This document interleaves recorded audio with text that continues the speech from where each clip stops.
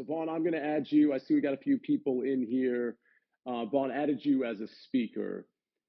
First of all, thanks for coming in. I know you're just getting back from your NBC Sports gig, and congratulations, man. You're looking great on TV. So Thank you. real quick, how's all that going? Because you look like, I mean, you've always been a pro, but like, are things like happening even more for you now, or is it just kind of the same? You just happen to be looking amazing. What's going on? Yeah, I mean, I literally, everyone's been telling me that I look better than I had before. And I think it's, a lot to do now that my habits have changed, just from eating. I'm not a smoker anymore. I was never really a drinker. I've been working out, journaling every day, trying to read the Bible every day, just doing things differently. If you followed me, a lot of it's been because of the surgery that I had that really came out of nowhere. It was an emergency surgery, and not to be one of those people, but like the doctors told me, if I didn't come in that day or the next day, like good chance I would have lost my life. So, Whoa. when you're 32 or, you're younger in general, you have to start making changes and be different with your habits. So, yeah, I lost 30 pounds from the surgery, man. And I've gained like 41, 42 pounds since it. So, I'm weighing more than I have before, but yeah, I feel like, physically, I look better than I have in years. But again, it's due to making those choices in your habits and being cognizant of how you were living before, and you shouldn't be living like that moving forward.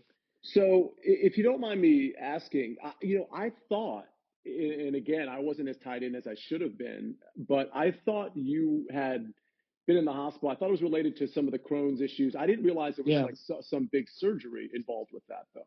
Yeah, yeah. I actually went to the hospital like a couple days before Christmas to the ER because I thought I was just having a flare up. I mean, I've had Crohn's for over 20 years and I pretty much had it to control my whole life. And they thought it was a flare up as well too. Ran some tests and was like, all right, we'll do a surgery if we need be. 5 to 6 weeks from now.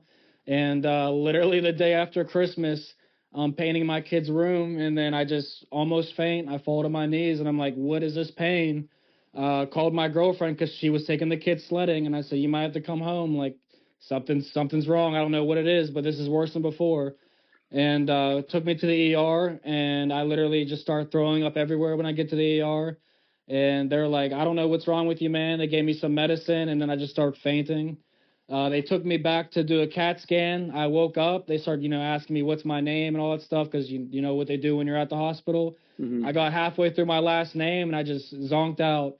Woke up in another room and they're like, "We're about to do emergency surgery. You have a hole in your GI tract." And I Whoa. was like, "What does that mean necessarily?" And they're like, "Basically, you have some dead intestines. There's a hole inside one of them, and your white blood cells, your red blood cells, that's all off. But there's things getting into your bloodstream that shouldn't be there, and that's why like you're getting this pain and you're passing out constantly." So I'm like, okay, I mean, yeah, do the surgery. My mom used to be a medical assistant whenever I was on high school, so I put her on the phone. My girlfriend put her on the phone. I'm like, call her and walk her through everything, just so when I wake up, I know what's going on, so you can tell me or you can tell me. And basically, they said that they started putting a tube down my nose, which was incredibly just does not feel good. I could not believe that Hmm. was happening.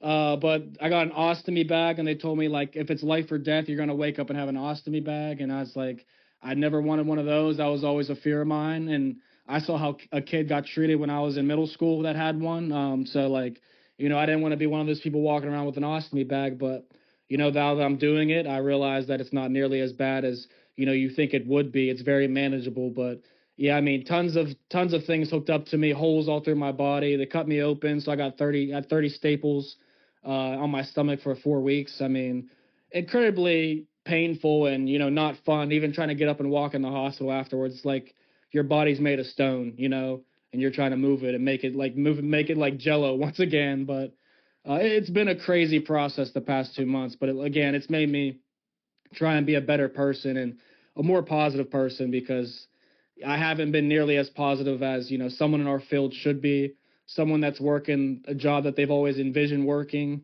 So, I'm trying to be the best I can and every day, it's not easy, but it's easier knowing that I've got through most of this already.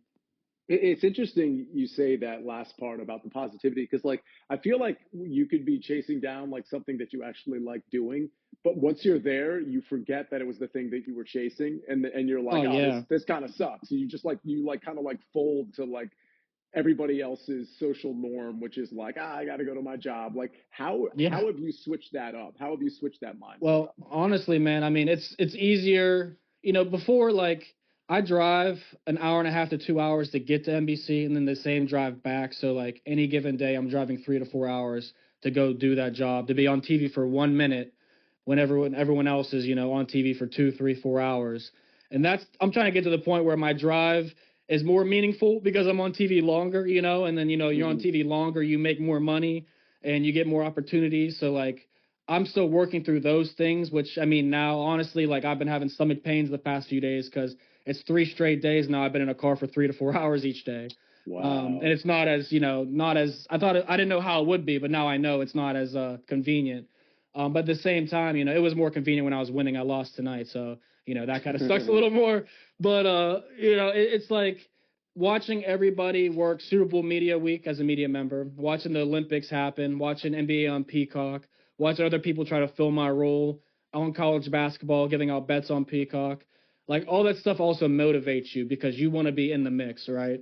You don't want to be on your couch getting better. You don't want to be on your laptop or watching everyone else.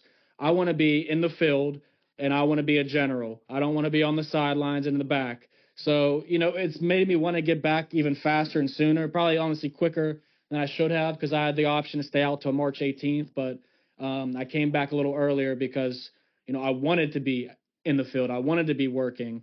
But, it all comes with also being hungry. Sia, I'm sure you're in a position too where you want more out of life and, you're going to take every opportunity possible. So if my only opportunity right now is being on TV for 1 minute and giving out a bet, then I got to take that opportunity and run with it. But hopefully, next year when I do college basketball, I'll be at a desk. I'll have more outfits. I'll be making more money. And it's like all these things, motivate you to do better because you see everyone else doing better. And, when you have a health problem like I do, it's a little bit of a disadvantage. But at the same time, like, even showing up on Tuesday, they put me in clothes and I'm like, oh my God, this is the first time in my life my pants don't fit. Like Hmm. I gained weight. So like almost all the clothes that I spent, couple like $1,000 or so on, none of them really fit. So that was also an issue that I ran into this week where I'm like, now I got to spend more money for the last 2 weeks to get new clothes because, I'm too fat. But at the same time, being 140 some pounds isn't really fat, but it's fatter than I was before. So it's just little funny things like that too. But it motivates you and everyone telling me I look good. Especially, I appreciate you saying that. It makes me feel like I'm doing the right thing and moving in the right direction. What are some of the habits, like some of the habits you've either had to change or decided to change that like are like just now a part of your day Yeah, every well, day? I'll say the biggest ones, man. I mean, I was a smoker for a lot of years. I mean, I was smoking in college, and then after that, it just kind of became a daily routine for me. So that's not good for Crohn's disease, obviously. I mean, that's one of the negatives outside of drinking. That's probably the number two biggest thing. So cutting that out wasn't as easy as I thought it would be because I tried to quit a few times in my life, but when I was living alone, I moved to Connecticut, didn't have any friends, any family near me. That's when depression and things start to happen, and it starts getting a little tougher to break habits and to break those social norms that you want to be better in. That I'm not talking to as many people, I'm not being social, and I'm not going on TV at that time. So it made my life in my mind. I mean, I feel like there was a year and a half, 2 year span where I wasn't on social media enough. I wasn't talking about my journey enough. I wasn't being as positive I should be. And now I changed that. The eating habits. I mean, eating out. I did that a good bit, when I lived in PA. I love Chipotle. I love Chick-fil-A, which I'm sure most people do. But those would tear me up too. Fast food would always be a huge negative for Crohn's disease. So I haven't had fast food in over a year and a half now, going on 2 years. So that was a big change for me. My girlfriend cooks a ton, and she's Laotian. So if you don't know about Laotian, Sia, they I can don't. they can cook. Everyone Wow. in our family can cook. I mean, even the fish heads, they're eating the fish eyes with the seasoning. It's absurd. Wow. But so I've had a great support system. Like I've told my girlfriend and my family, because my family hasn't been here. They all live in Pennsylvania. Like if I was by myself when this happened, I'm toast. And I'm not positive. I'm Yeah. not going to be positive at all. So having a support system, I think, is, huge when you go through real things in life. But, not smoking anymore, not eating healthy, eating better. I think those are the two biggest driving factors. It doesn't hurt to journal and write down your process too, just so you're staying on top of your feelings either. Are you doing that as well? Yeah, I mean, every day I've been journaling for the last like legit 67, 66 days or so. And it's, it's helped me talk, like, even if I don't talk about certain things, because we don't want to be that guy. I'm sure there's a couple people Yeah. that listen to this. You don't want to be that guy that complains too much to your girlfriend or your friends. You don't want to be the guy that complains you're losing a bet or losing bets in general, because no one wants to hear that. So anything that I'm running into struggle wise, I like to write down just so I can feel a little bit better about my position and feel a little bit better about what's really going on in my life. But it's every morning, not as much at night. I'm writing in the morning, so I'm letting a whole day soak what I think about at night. Then in the morning, I'm writing. So I'm trying to start my day, on a good path. And the Bible has been another thing, because I lost my grandfather on Thanksgiving, like a month before I had the surgery, and he was, I don't want to say the only male role model in my life, but he was certainly the most important. And he was the rock of our family. So when we lost him, that was really hard. And a lot of my family, wanted to start going to church, wanted to read the Bible. So I've been doing Bible study with my cousin here or there. And, I've been reading and trying to use stories out of the Bible to, like, just talk to my girlfriend about and be like, I can't believe this was happening or this was happening. And, there's a story that really stands out to me about two sisters that kind of go back and forth about who's going to have a child first and who's going to have more children, who's going to be blessed by God and stuff. And it's just like they don't become close at all. They actually start to hate each other. And it's like we can literally start dividing ourselves with our friends, with our family, just by our actions or just by the way we think so easily in this life. And reading that type of stuff like that makes me want to be a better person too, not just because it's the Bible and the way of God or whatever, but it makes me want to talk to my brothers more often and tell them how much I appreciate and love them. Hmm. It's funny, like just hearing that makes me want to like text my brother. You know what I'm saying? Like, obviously I should Yeah. call him, but Yeah. but like, but like the truth is, I wasn't going to text him either. And so what I find interesting. And by the way, if anybody has anything, because Vaughn, I know how busy you are. I know you literally just got home. I'm not going to hold you for too long. But if anybody has any questions or something they want to say to Vaughn Yeah, for or sure. ask Vaughn, please request to speak now, because again, I'm not going to hold Vaughn too long here. But what's interesting about this space, and I'll be honest, like you can see it in here, Vaughn. We typically don't have more than 20 people in here at a time, and we've been doing this. This is our 27th one. We've been doing this for probably over 2 years now. And the reason I bring that up is because, generally speaking, on Twitter, people are interested in their own little like things, right? It might be sports betting, it might be news, it might be politics, or whatever the case may be. and and that doesn't leave a lot of room for, like a lot of time for stuff like this, doesn't leave a lot of time Yeah. for my positive works Discord.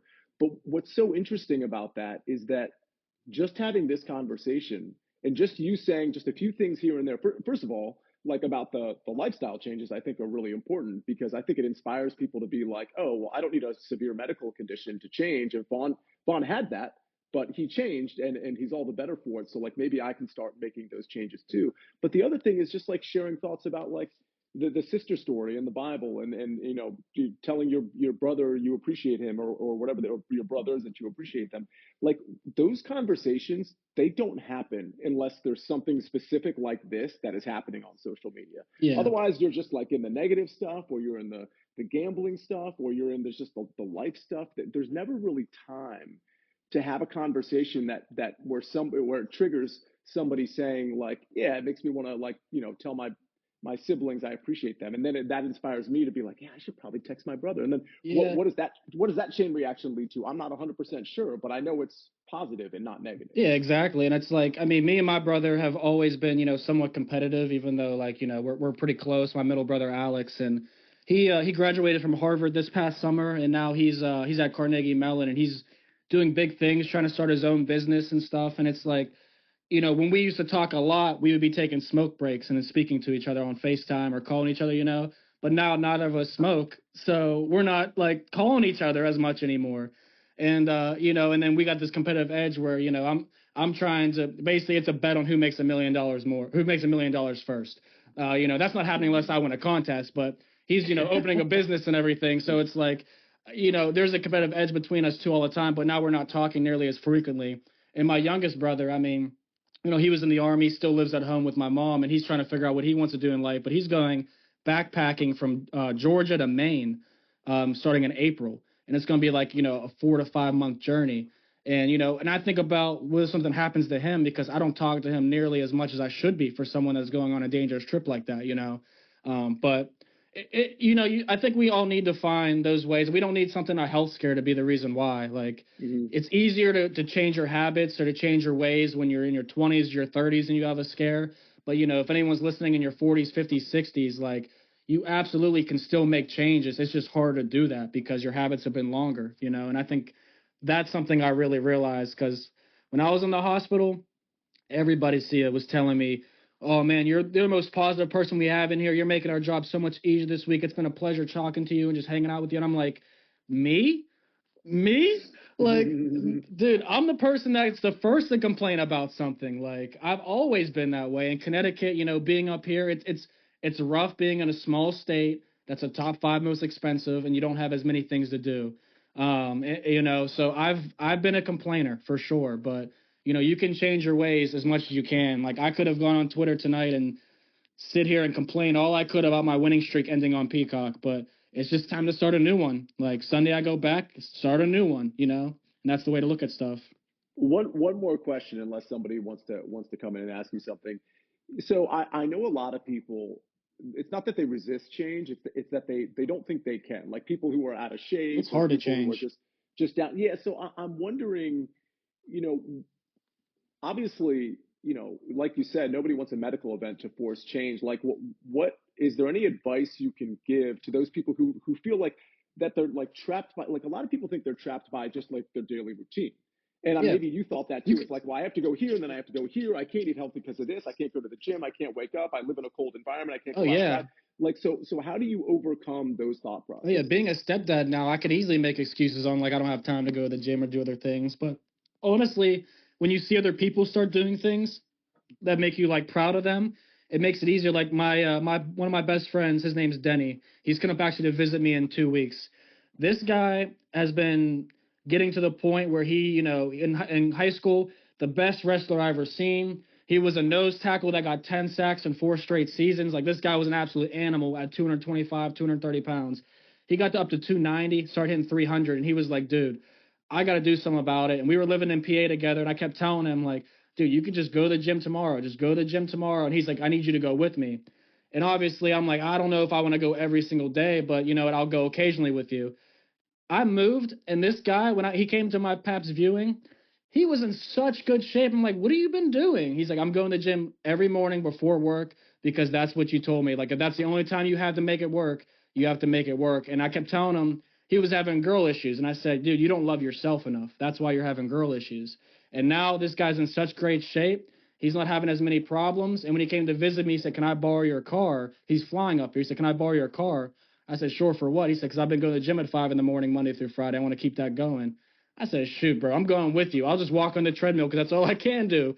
But you could start today. You could start tomorrow, like losing weight, stopping smoke. Like, certain things are going to be harder to do. If you have an addiction to something, obviously that's going to be hard to do. But if you have someone to do it with you, it makes it easier. Like, when I quit smoking, my girlfriend quit smoking. She was an occasional smoker. She's like, I'll just stop smoking with you.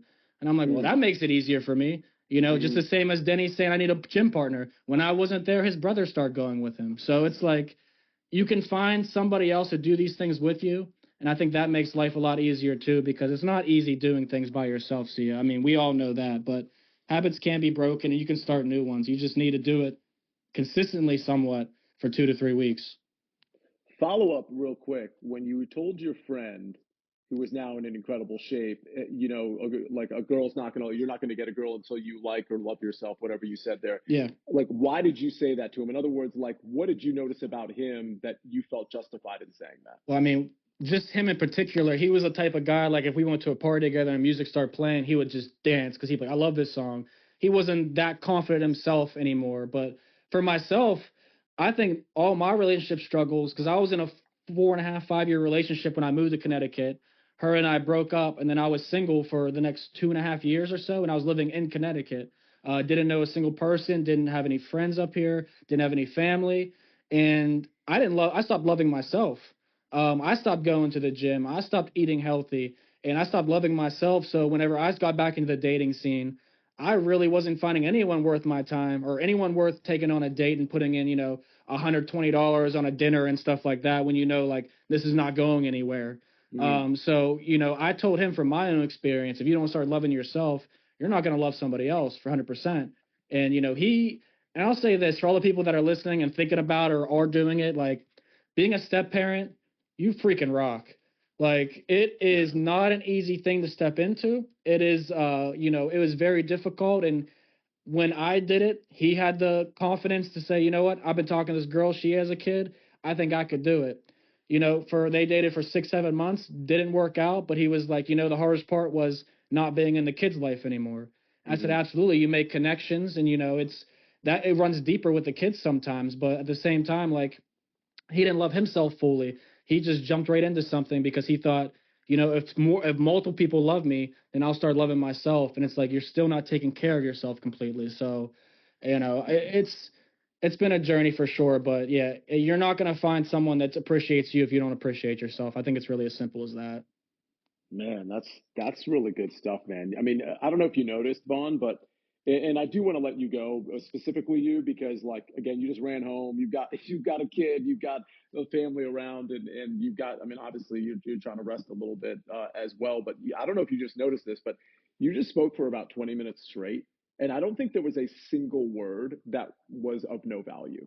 Well, Like I I appreciate literally that. think that was 20 minutes that like I could just take and package and like send to anybody that I felt needed it, and it would help them. I really appreciate that. And I mean, I was, super pumped when you asked me to do this because, I wasn't sure what game I was working tonight. But, I do love talking about this stuff, and I feel like I don't make enough time to do this on social media or just do this in general. So I'm always about it. But I just think, I just want to say, I guess, as lasting words before I get out of here, like you obviously love yourself, take care of yourself. You can break any habit that's been holding you back. And all my family and a lot of my friends have been saying what you said, Sia. One, I look so much better and healthier than I have in the past. Two, my mindset has changed so much. I'm more positive. I'm not short tempered. And three, if you have a good support system, you can truly do anything. Like if I didn't have my girlfriend and my kids, I don't know where I would be right now, but I wouldn't be healthy. That's a fact. And if I didn't have people like you around that would check up on me, Jordan Cornette that's calling me, Jack Collingsworth, like these type of people, all you guys all motivate me to keep going because it's so easy in sports betting to lose your passion, to lose your flair, to lose your fire. I mean, losing streaks happen. It's hard to gain followers on X anymore now unless you got bots or you're just calling yourself the best better ever, which isn't real. So it's life gets difficult, but having a good support system is what pushes you through. Don't be that person that thinks like I could do everything myself because I've been there too, and you really can't. Like you need people around you, and you need good people around you. So surround yourself with them. Start loving yourself, and any habit you have, you break it now or break it tomorrow because it'll only make you better as a person. Vaughn, before you skate out of here, because I know Monotone Football knows you. Speaking of sports betting, My guy. Monotone, take yourself off mute if you can, because I don't want this question to be for you and then you're out. So Monotone, you've got the floor, my friend. That's good. Can you hear me okay? Yeah, 100%. Awesome. Well, I love to hear this. I didn't obviously know all this was going on with you, Vaughn, but it's good to hear from you again. I'm really curious because I liked what you were saying a lot there. Like those first couple days, right? When you kind of found out, you were like, "Oh, damn, I don't love myself," right? And you were talking to your buddy, Yeah. and you kind of realized the same thing. What were those like first steps you took to get back Mm. on track? Like bare bones, Well, like just point yourself in the right direction, Well, kind of thing. I honestly I had to buck up because I was spending way too much time in my apartment listening to Giveon. If you know Giveon, he's an amazing singer, but he's all sad, slow songs and playing Xbox. Those two things don't mix well when you're a single guy. And I knew that I needed to talk to somebody, so I started going to therapy actually, and I was really proud of myself for going to therapy in person and speaking to somebody because it really walked you through certain aspects of your life that are serious enough to take head on and other parts of your life that maybe you're making it seem more serious than it really is. But when I would go in there and I would talk about the struggles with work, struggles with finances and living alone, and then I would talk about my ex or going on dates with somebody else, and I'm bringing up talking about women. The women part would really make me realize what's serious and what's not, and what things happen in my past relationship that I shouldn't be allowing to happen moving forward. But it helped me realize too, at times, even if it's, completely true or not completely true, when you're with someone for years, you think like, I went above and beyond for this person would maybe been right for me and everything. How did it not work out?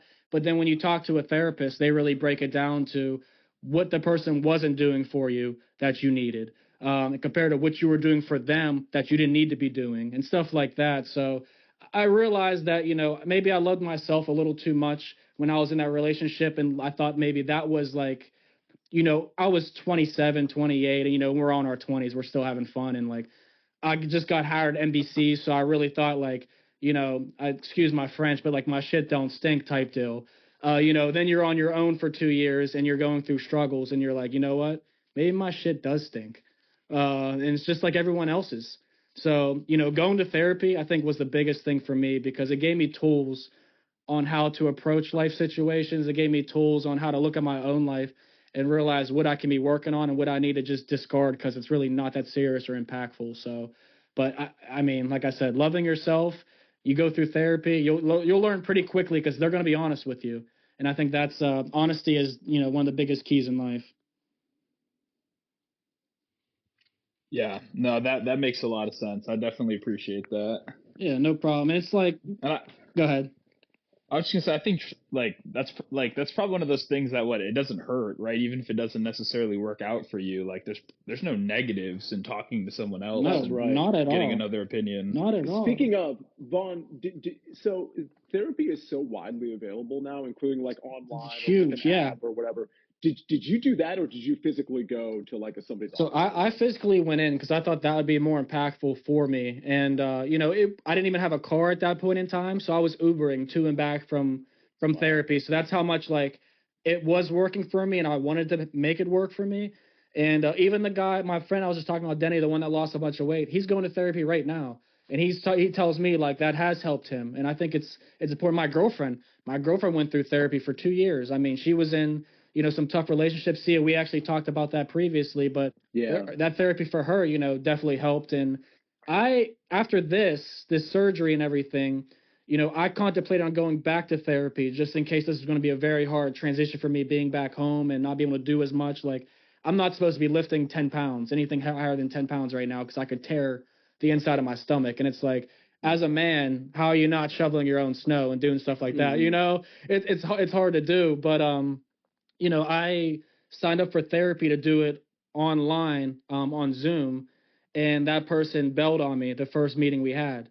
And that kind of sucked because I was really looking forward to it. But I'm like, you know what? As someone who already went through half a year of therapy, as someone who's journaling every day, as someone who's picked up a Bible and has a good support system, maybe you're stronger than you really are and you don't need therapy right now. Maybe that's a sign. And since that point, it's been like 5 weeks and I feel way healthier than I was from that point on than the point before that. So, I feel like I don't need it right now, but would it hurt to do it? Not at all. Like, it'd still be a positive to be speaking to somebody and walking I through think that. I think that's such a really good way to look at it too, because I'm thinking from, I mean, I guess, because therapy and stuff like that comes up a lot. I've never gone to somebody, or I've never really thought to, but then again, A, maybe I need it, but B, what's the downside?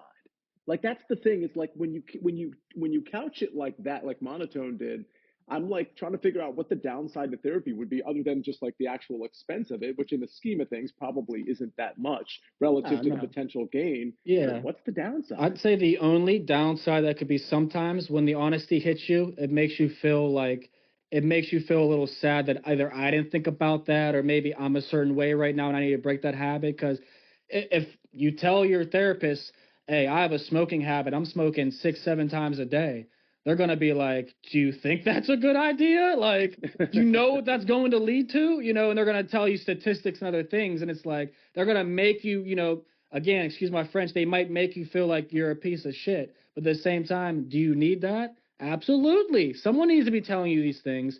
And if someone has degrees in that field, they're going to make it feel more valuable to hear from them rather than your mother, your brother, a friend, because we don't take all the advice from other people in our life as seriously as we take it from a therapist, because again, they have the degrees, they've been through this, and they talk to a bunch of people. So it's like the only downfall is sometimes you will feel a little worse about yourself, But in the grand scheme of things, like you said, Sia, it's all for the positive gain. It's all for the benefit of you getting better. So, that there is really no negatives unless you feel bad about yourself for a little. And I 100% felt bad about myself a few times leaving therapy. But at the same time, when I went back the next time, I was so ready to tell him, hey, I was working on this. Hey, so instead of me going on a date with this girl and spending $120 at dinner, we just hung out at the house and I made her dinner, and like that's more engaging anyways. Stuff like that, if you're in the dating scene. So it's like I was super excited to bring up certain things like, hey, I'm working on myself, and to let them know that I'm working on myself. But again, it doesn't work. It may not work for everybody, but at the same time, I think it would work for at least 90% of people going to therapy.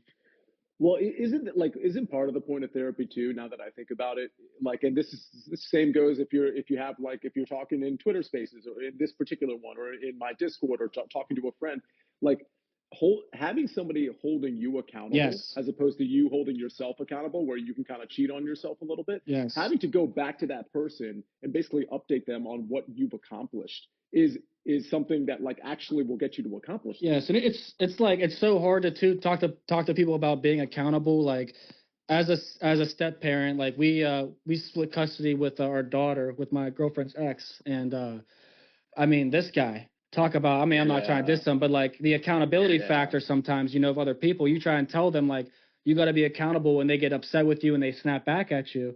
But it's like you can't get through to people. It's up to people in general to take their own accountability to go seek that help to themselves.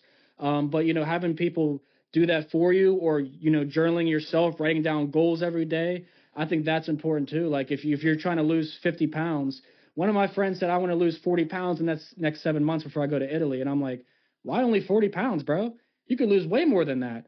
Like and it's just like you can go further and take steps every day to accomplish your goal and go past that goal. Why just stop at 40? So it's like I think it's not easy.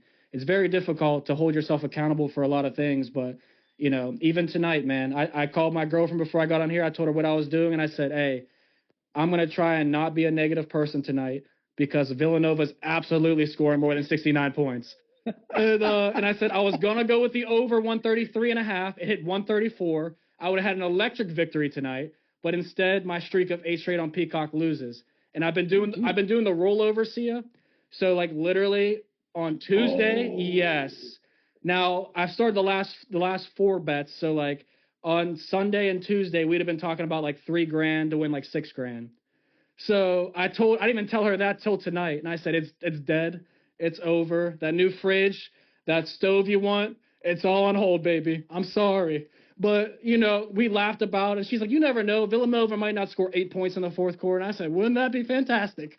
But again, she's the positive. Sometimes I'm the negative. And, you need to feed off someone else that has positivity so that you can, fill yourself. So, yeah, I don't know, man. I appreciate you having me on here. And it's like, even though, I'm going to go upstairs and hang out with my kids, eat dinner and stuff, like I was excited to talk to you guys about all this and excited to like spread positivity because for the first time in a long time, I feel like a positive human being. And I feel like that goes a long way. Well, what's ironic about that statement is you've been on this Spaces kicking it off with me a couple of times. And maybe, to your point, I guess maybe you didn't sound quite as positive, but you were super, in my opinion, positive and had so much value. So the fact that you've even stepped it up even more is like, I'm sure you're impacting people every day, even people that you're not even talking to at great length. So that's really cool, man. Thanks for hanging out with us. Thank you. Go hang out with your lady and whoever else. Really appreciate you, man. Thank you. I appreciate you guys. And yeah, best of luck and see ya. Let's do this again and more often, man. Let's 100%. In fact, on the next one, I'd like you to join me. Maybe in like a month or so, 3 or 4 weeks. I'm so about honestly. It, man. And yeah, even like we'll talk via text, but yeah, I'd love to do stuff like this more often with you. So enjoy your night, everyone. Thank you for listening. Appreciate you. Appreciate it, Vaughn.